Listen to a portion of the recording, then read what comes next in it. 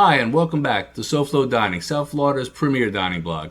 I'm Chef Dan. This is Doris WithaD. Hi. Hello. Welcome back. Welcome back. In this edition, we're going to talk to you about Tropical Acres. Tropical Acres is an iconic steakhouse in the Fort Lauderdale area. They've been around since 1949. Mm-hmm. Yep. That is correct. They are now in their fourth generation. Yeah. Family owned. They know what they're doing. Absolutely. They started out, I believe, 1949. The two owners had it until 1964. There was a fire. Mm-hmm. And then it changed hands to the current owners. Sam Studiali. Right. 2011, there was another fire. Ah. And they closed for about 6 months, but then they reopened, and they're going strong. Awesome. Yep. Awesome. So ever since when are you going there? I've been going there since I was a little kid. How little were you? Little enough that I think Griffin Road was still partially a dirt road. Okay. And one lane.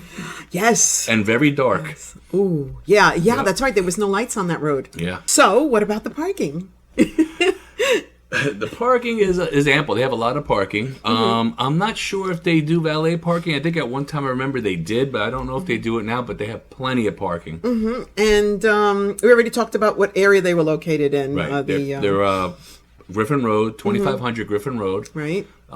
They're basically between the Hard Rock and the airport. Right. If you're familiar with Rustic Inn, they're close to Rustic Inn. Yes. So if you're staying by the airport, it's a great place to go. Absolutely. Absolutely. And your first impression and seating? First impression, class. You feel class. It's old school class. Yeah. They have a real lounge. You know. Yes. Yes, they do. When you walk in, they have a little waiting area there, and you can see the history of the place. They have pictures of, all the history. People who have been there. Yeah, all the people and what it looked like back then. Mm-hmm. So. Mm-hmm. Well, tell us about being seated. I remember we went there. We didn't have reservations. It was a Saturday night. We went it was there on raining. A busy Saturday night. It was raining. We went there at peak time. They told us there'd be a 50-minute wait, which is acceptable because we didn't have reservations. Right. So we opted to go in the lounge. Again, they have a real lounge with tables, chairs. So we got a seat at the bar. We had our drinks, and we had appetizers at the bar. Yeah, Russell took care of us. Yeah, Russell. Yeah. That's right, Russell. That's right. Yeah. And for our appetizers, we ordered the stuffed mushroom caps. Yes. And they're filled with seafood stuffing, yep. and then topped with delicate hollandaise sauce. And the hollandaise sauce. Oh, yes. Yeah. And we also had the escargot. The escargot, which was delicious. And the escargot came prepared with a shallot butter sauce. Shallot butter sauce and the garlic baguette. Yes, which you wanted more of. I wanted more of. I wanted to sop up all that butter, but that probably wouldn't be too healthy.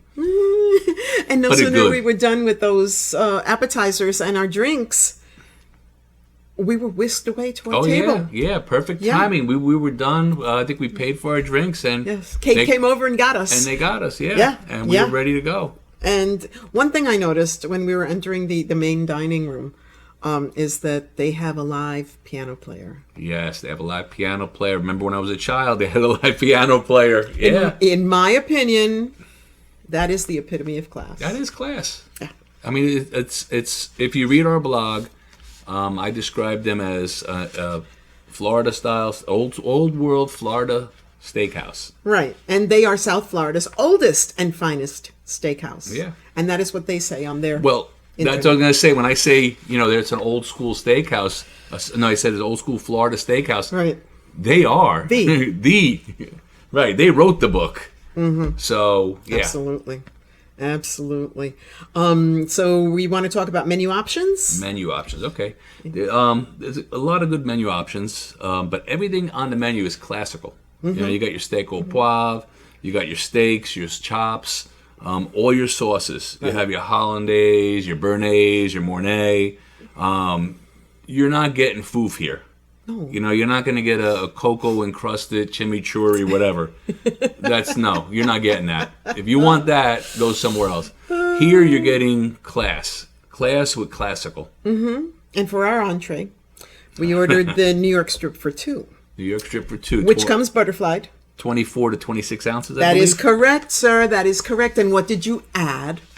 to that. We added twin lobster tails to it. Yes, and they were 4 ounces each, and they were succulent. Succulent. And they were tender, not dried out. Delicious. Came with drawn butter. Yes. So they were And we got delicious. steamed broccoli and a sweet baked potato. Sweet baked potato, correct. It was absolutely, now, how much like you said, classic. How much of that 26-ounce steak was left? Nothing. We took nothing home. Delicious. Except the key lime pie. There you go. You For our take dessert. home. We had no room for dessert. But yes, we did take it home. And the food and presentation?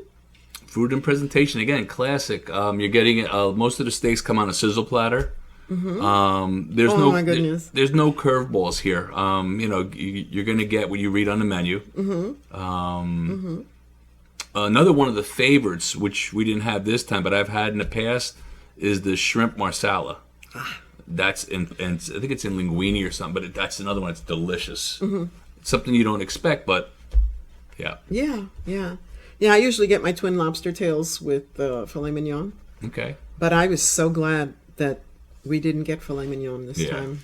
That's New York strip for two was absolutely delicious. What a treat. Now they have I mentioned the lobby where they had all the history. Yes. They have a case there now with steaks in it because during COVID, during the shutdown, they became a butcher shop. Ah, nice. So it was so successful, they continued it. So now you can buy steaks and all right from them, because they have their own place where they get their steaks here local in Florida. Right. So they get top quality local steaks. Oh my goodness, yes they do. Yeah. Yes they do. So, what is your overall impression?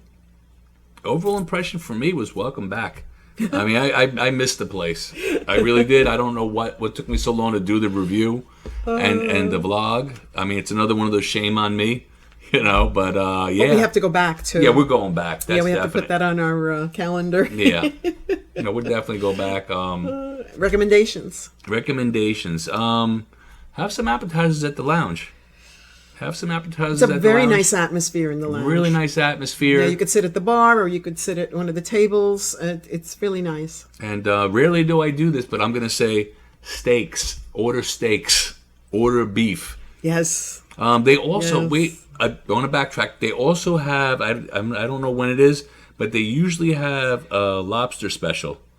Like a two for something. Yeah. You're right. Yeah. Go to the website, check that out. I don't know when it is. I'm sorry about that, but they usually have this 2 for something lobster tails, which is usually a very good value. They also have a loyalty club card, which I don't have on me, but it's an old school thing. They punch out as you spend, and I think the 13th entree you get for free. Really? Yeah. Wow. Yep. They're so classy. But drinks. Seriously. Drinks, classic. I had an old fashioned. It was perfect. Yeah. Thank you, Russell. People go there for Easter, for Thanksgiving, for Christmas. Right. As a matter of fact, we were there. I believe there was a private party going on. Oh yeah, they have in the back. They have private rooms. They have a lot of functions that go on. Originally, that was a house. Back in 1949, when they bought it, it was a house that they converted to a restaurant. Right. One of the things I got to point out too, if you're expecting white glove, tuxedo service, this is not the place. No. This is not. This is again, this is a classic South Florida steakhouse. You're going to get really good steaks, if not the best steaks that you've had. Very down to earth. Yeah. Yeah. And like I said, no foofy here. No foofy. You're not getting a foam reduction of anything here. So, do you have any recommendations about the cost? But what? The cost? The cost, very reasonable. You could take these steaks, compare them to any of the chains that you wanna, any of the steak chains that you wanna. No one's gonna touch these steaks. Yeah. Nobody's gonna get near these steaks. Take a look at the steaks online. You're gonna take a look at it. And do you recommend reservations? I recommend them highly. Yes, I recommend reservations highly. They have a large parking lot. Large parking lot. Like I said, they're iconic. Everybody knows them. Everyone in the area that lives here knows them. People that visit or visit frequently know them. Yeah. So reservations are strongly recommended. Yeah. Absolutely. Yeah. So. That's it. Yes, it is. We got a plan on going back then. So, as always, enjoy, and I'll see you there. Don't forget to like, share, and subscribe. Don't forget to check out some of our series. We have a lot of series now. We have a breakfast series. We have a Thai food series, a pizza series, our classic pet peeve series, which is like still the biggest hit. And the sandwich series? Did you mention that one? Which one? The sandwich? No, sandwich series we're working on, so it'll probably be out around the time of this. Right. We also have a Cuban Cafe series and a Central American series. Yes, we do. So check us out on YouTube. You can check out all those series, or you can go read our blogs at SoFloDining.com, which also has a link to all of our videos. Right. So, right. Yep. Yeah. So that's it. Thank you. Till then, bye. Bye.